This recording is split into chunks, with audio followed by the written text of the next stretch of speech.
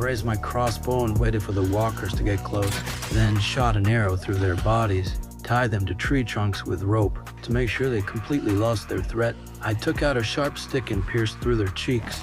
Then I brought the captured walkers back to camp, ready to trade for some supplies. Here, each walker could be traded for 1 liter of gasoline. The more you caught, the more rewards you got. Just as I was holding an empty oil can to collect my reward, a kid ran over to talk to me.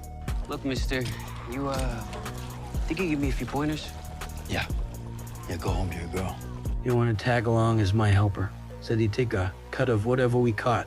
I turned him down because I didn't need dead weight. By evening, I poured my fuel into the tank and noticed that kid was again asking to join someone else's team. This time he'd picked a real bastard. No, they had no intention of bringing dead weight along, so they told him to chop wood, prove himself first. The kid didn't hesitate, walked right over to the woodpile like he'd do anything for that gas, but reality was harsh. He didn't even know how to do basic wood chopping. I watched from the side, somehow feeling a bit soft-hearted, and finally walked over and patiently guided him.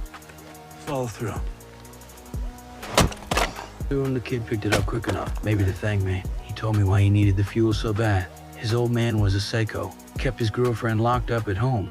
He needed enough gas to get them both out. I knew he wasn't lying, but I didn't want to get tangled up with strangers anymore, though I could only warn him to stay away from that group. Next day I packed up to leave. When I looked up, I saw that kid had turned into a walker. What the fuck happened?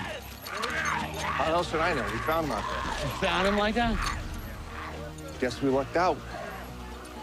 But the strangulation marks on his neck clearly showed murder. You know, Anger you flared snooze, up, and you I lose. broke through the old man's bullshit with my fist. The guards immediately came over to stop the conflict, and soon the base management arrived at the scene.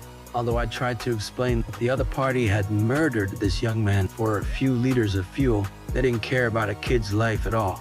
They only knew he'd violated the base's rules, under the guards' restraint. The old man and I were taken together to a large cargo ship. I kept my eyes moving. Containers and rooms everywhere, and security was tight. I also saw some people dressed like doctors conducting experiments, and in the iron cages below, dozens of walkers were confined. Understood it then. They were catching walkers for a biochemical testing.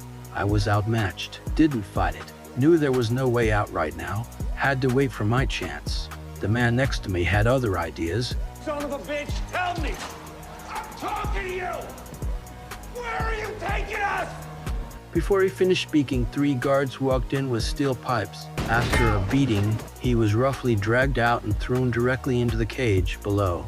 I calmly watched him become walker food, but I already had a plan forming.